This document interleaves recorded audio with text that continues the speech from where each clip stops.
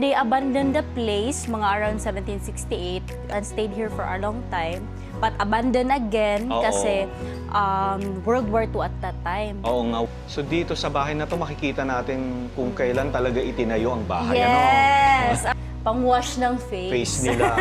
Kasi hindi naman sila talaga naliligo araw-araw during that time. Hindi pa mainit. Hindi. Ganda ng copy nila, no? By the way, this is Don Luis Alvarez. Siya talaga yung nagbili ng bahay. The second owner of the house. The Philippine Heritage Society gives the Heritage Preservation through the new Media Citation Award to Ka Youtubero. The nominees for Best Documentary: Po yung Malacanang Grand 1899. Scenario by Kayutubero, New Media.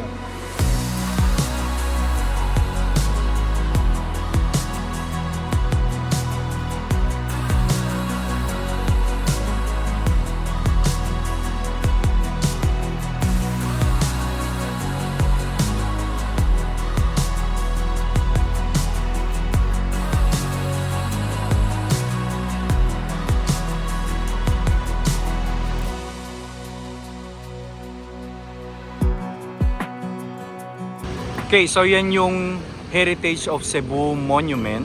Tapos ito yung Mabini Street.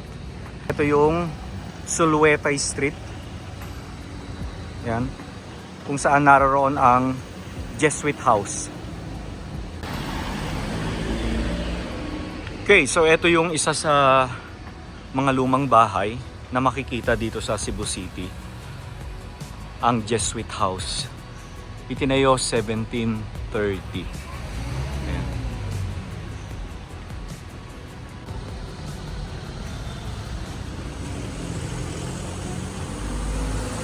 So makikita nyo yung bahay, ano? Parang walang lumang bahay dito. Yan. Pero ito yun, no? Good morning, I'm Ross and I'll be guiding you inside the 1730 Jesuit House Museum. So let's go! Pasok tayo sa loob. Pero yung dito sa labas, ano dito? Ano to? Actually po, a short na background ng bahay. The first owners were like Jesuits. So they were here mga 1730. However, they abandoned the place mga around 1768. During that time, they were expelled to Spain. After them, the Spanish family, particularly the Alvarez, they bought the house and stayed here for a long time, but abandoned again World War II at that time. Yes. So after them, like a Chinese family, especially the C family, they bought the house kasi yung purpose nila pang bodega. Since kaya their may family, ganito. since their family owns hardware na business, Okay. which makes the house or the space ever since 1960 until today, it's a bodega or a kaya warehouse. Pinagpatuloy pa rin nila, ano? Until now, sir, it's working as a bodega. The outside part. And then they turned this house into a museum naman na, no? Pero it's very funny kasi it was only converted into a museum kasi yung eldest ng Chinese family, he studied in Ateneo de Manila. So, that's a school na founded pa rin ng mga Jesuits. So, they have the record of the house dun sa Ateneo de Manila. So, after Sir Jimmy knew about the history of the house, when he stayed there in Ateneo de Manila, that's also the same moment na it lit a fire in his heart to restore everything and then convert it into a museum. Ayun. Kasi ang laki ng ng aral na may bibigay ng Jesuit House. Yes. And then aside from that is yung stone walls dito, yung column, and even yung tisa roof, everything is 1730, which is 295 years old. Grabe, no? Very firm. So feeling, ito yung oldest talaga dito sa Cebu, ano? Yeah. Actually, it's considered as the oldest dated house. Okay. Oldest dated house. And then, yung pati rin columns, everything here, Ito. 1730 din to. For the owner, it's actually total 33. Then, yeah. Tapos, welcome to our first spot. We call it the Sugbo Gallery. Tapos, to commemorate yung old name ng Cebu, which okay. is Sugbo. By the way, this is the Parian district. Okay. And then, way back before. And then, this is where we are, in the Jesuit house. Tapos, before, it used to have actually a watchtower. Before. But then, during sa World War II, they have to demolish it, especially the Alvarez. Oo. Kasi para sa kanila, it's seen as a threat during World War. Oo. But don't worry, later on, we will see the spot, no? So ito yung sa main road. Doon tayo pumasok sa dulo na yun, no? Doon tayo. And actually, kanina is actually the back portion of the house already. Back portion Tapos na. later on, I will let you see the original entrance as well. Sige, sige. But by the way, before we go, we have here mga items. Mga It's artifacts. actually excavated here. Nahukay nila. Nahukay nila. A lot of them pots, shells, and even we have a lot of porcelain. May Mga porcelain Chinese pa. ceramics. And all of them are older than the house. Kasi before the establishment of the house, the Chinese were already here. Oo nga. So yeah, we have Nice, ceremonial no? teacups. Tapos ito yung mga proof at that time, mga Na ini-excavate nila. documentations. Yes, yung mga ano kasi, mga columns. Mga columns. Hinukay para nila. tibayin. Ito, mga to. They have to cut the lower portion Ito. as well. Oo. Kaya doon nila nakuha yung mga ano, Mga items mga din. items oo. na yan, no? And then that Sugbo Gallery, this time, let's move to the second spot. We call it the Jesuit Gallery. And actually, dito mo makikita every history ng mga Jesuits, the founders, co-founders, and even their missionary works. Meron silang mga missionary works. Particularly dito, Yes. please feel free to roam around as well. They have missionary works. Especially, they have missionary works in Mindanao as well. Mga tribes, even here in Cebu as well. Ito, eskwelahan naman ito. Oh. Nice, no? Ang galing naman, may mga photo kayo nito. Yeah, may mga photos pa din. And then, this is more on like mga about Matthew Ricci. So, Jesuit pa din siya. Tapos, more on like sa China, yung missionary work. Yes. And by the way, they're very active until today, the Jesuits. Some of them, they visit the place. Okay, that's good. Ang iba is mga students from Ateneo, so they always come and They visit travel the pa all the way place. from Manila din, no? A lot Meron of din. them. Meron from Cagayan, from Galing. Davao, Ateneo de Davao. And also, Ateneo de Manila, we have a lot. A lot of visitors. And this is Jesuit Gallery. This time, I would let you see the original entrance. And actually, this is the original 1730 entrance. And then, which makes yung kanina is the back portion of the Yung house. dinaanan natin. Oo, the back Oo. portion. So, ito yung main talaga. Main talaga na main entrance. ng bahay. Oo. Tapos before actually, yung area doon sa bodega is actually a garden. Tapos yung may coffee shop na area is the courtyard. As in, very spacious yung back portion. Oo. Pero ito, Tapos- inaayos nyo na lang siya, no? Yes, under renovation din yung spot. Galing, oh. Tapos may actually Jesuit seal dyan sa harap. Oo, ngayon, oh. Kaya hindi ko masyadong Jesuit tanaw seal yun. sa harap. Oo nga. Tapos actually yung walls dito is very matibay, made of pure corals actually. Oo. Pure corals. Nice. Tapos from here, makikita mo yung like how thick the wall is dito. Oo nga, no? Yeah. So, ito yung ulitin lang uli natin. This used to be the main entrance. Di ba? Pero syempre, hindi nyo na ito gagawin uling main entrance. Kasi may backwardness dito, especially may ano pa din, like under renovations pa Oo din. nga, yeah. And tapos kanina actually, it's also advantage on that area. Okay. Especially bodega, so mas fast yung delivery. Kumusta naman ito nung nakaraang bagyo? Yeah, actually, it survived a lot. Yung pagbagyo din. Pagbaha. Oo, pagbaha as in, grabe. Pero Yung wala namang first nasila. floor- Wala naman. Wala. So Okay. far, sa ano lang, like yung glass lang galing trade during sa Oo. Lindol. But everything here is ano, as is. Oo. Tibay. Preserve as in, matibay. Oo. And by the way, welcome sa second floor. Actually, yung floor dito is original din. Original na din ito. 1730. Tapos yung ginamit na material is molave. Grabe ang tibay. Molave. Oo, molave tree. And then, actually, we can go here, A weekend? Okay. inside the room. This bedroom. Oo, a lot of the memories here, or yung makikita nating pictures are from the Alvarez na family. Alvarez. The Alvarez. Ito sila.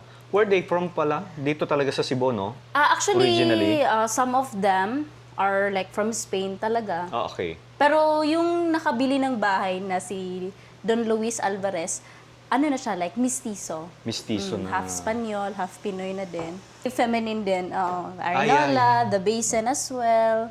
Pang-wash ng face. Face nila. Kasi hindi naman sila talaga naliligo Yes. araw-araw during that time. Hindi pa mainit. Hindi pa ganong mainit. Lagi. And by the way, we have here birthing chair. Birthing chair. Panganakan. Panganakan. So far, this is our only birthing Parang ang liit chair. naman yan. Oo, pero ginamit nila before. Butaka. No? That's the other term. Tapos here, actually yung original dito is, this is an atay bed. Yung original dito is ginamit talaga na deathbed. Oo. Deathbed. But right now, it's ano na, like... Reproduction. Oo, replica na lang na Yeah, replica, yes. original talaga na atay bed. As well, we have mga luggage. Ganda ng copy nila, no? Tapos atay bed din. Atay bed, yeah. Tapos from here, this is house A actually. Makikita mo dito lahat ng memories, mga pictures ng mga Alvarez. Pictures ng mga Alvarez. Tapos if you knew, like, if you know Inca Magnay, actually, she is related sa Alvarez family. Sino siya dyan? Actually, wala siya wala dito. siya dito.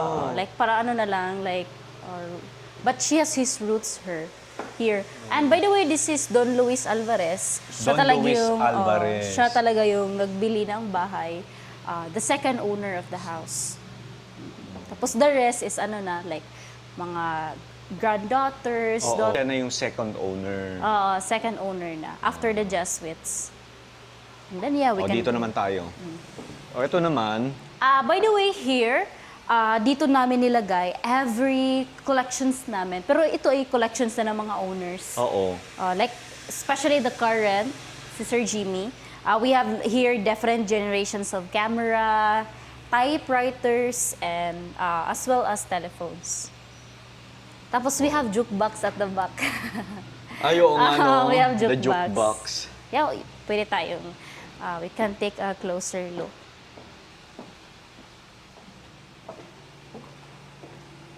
Everything is original.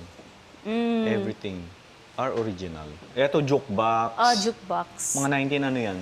1900s na din. Kasi some of the songs are already familiar. I Meron na see. ding, Carol. Really? Meron sila noon? Meron ng Carol. May Carol. Feliz Navidad?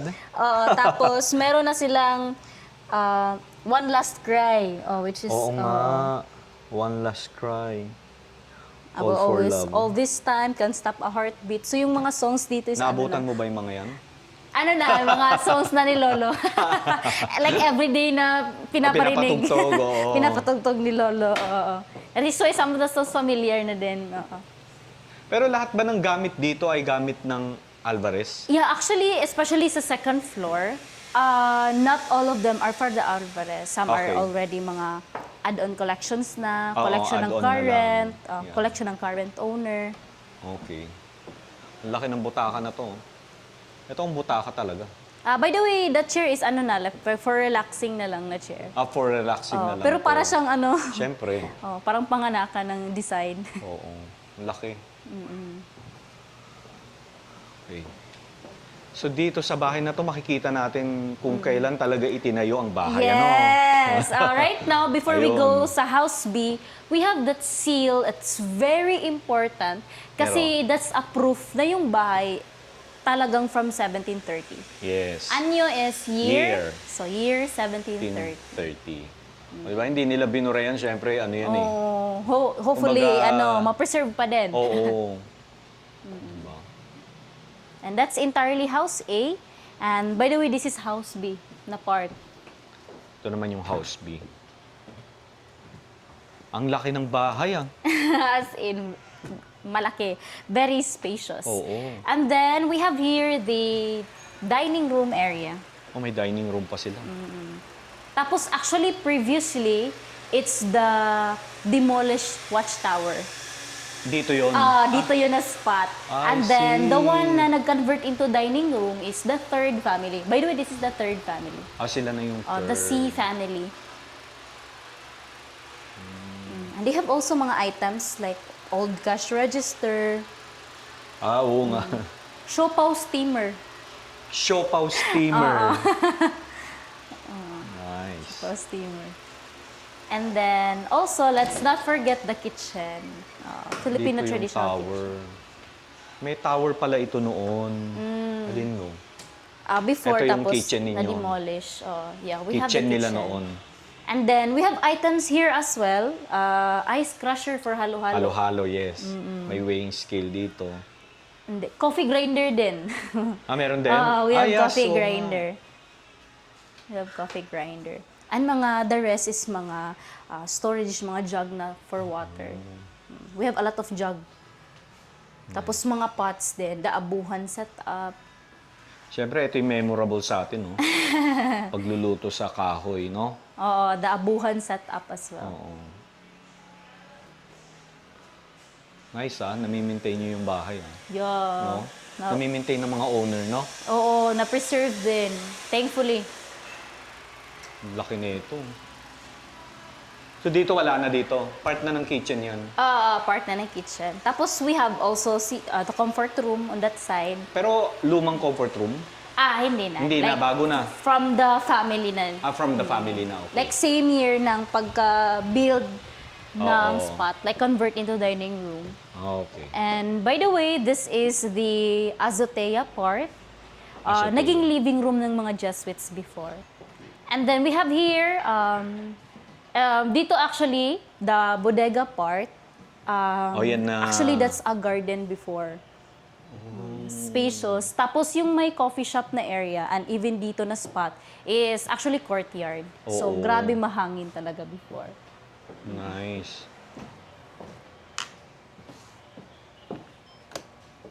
Diba, nakakatuwa naman itong bahay nito. Ito daw yung mismong azotea. And this time, actually, I would love to share to you yung item here na working pa until today. Na ginamit nila before. Na ginamit nila. Especially, we have here oldest namin na typewriter so far. LC Smith and Oo. Bros. And then, And Brothers. oldest colored TV that we have. Sony pa. Oo nga, no. Colored na. And then, oldest radio din. One of the oldest radio collection. Wow. Sino yung mga nasa photo? Actually, still the Alvarez. Mga The Alvarez pa family. rin. Tapos, actually, dito na space, before, office to ni Don Luis Alvarez. Working on. And this is actually a GE brand na fan. And it's GE. still working until Seryoso? today. Oo. So, let's try. Sige nga, try mo nga. Let's try. Mga 19 ano yan? Mga 1950 or 1960 Okay, na. mga ganun Mga na. first ever din. Ayun lang maingay. Maingay din. Yung gano'n naman talaga no? Tapos yung blade niya is metal as well. Metal. Naku, hindi pwedeng Everything ilapit. is metal. Hindi pwede sa mga bata yan, Scary no? to use. Oo. It could cut a finger. Pero it's good na nakikita natin gumagana pa rin. As in, thankfully na gumagana pa din. Yeah. Sige, Na ako patayin. na-understand na bakit plastic yung mga fan today. Alam mo na.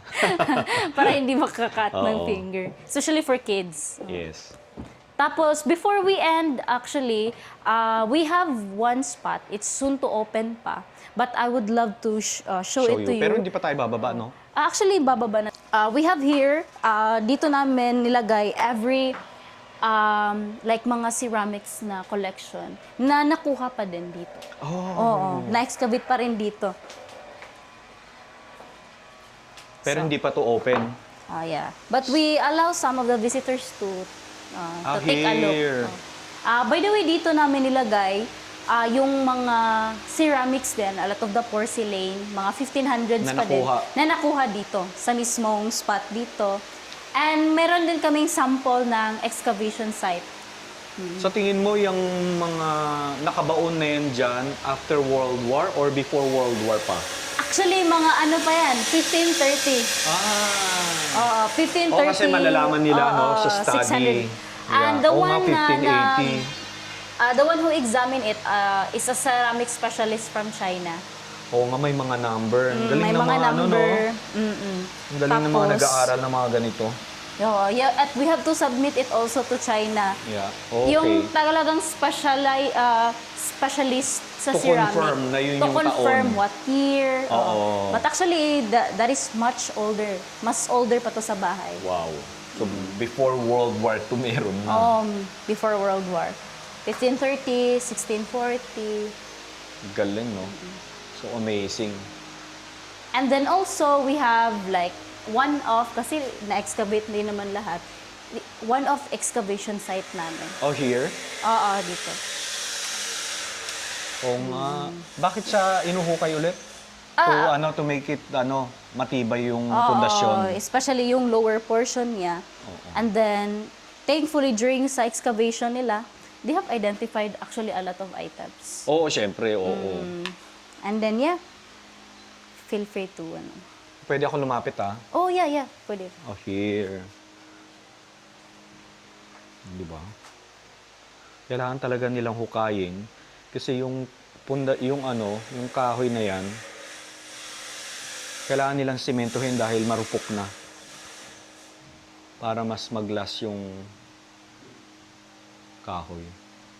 Especially yung mga pundasyon. And No? actually, they have to cut the lower portion. Ito na yun no? Yung Oo, pinagputulan. mga lower portion. Kasi kinain na din ng river. Hindi kinain ng anay. River na sa Katagalan. Oo, sa ilalim.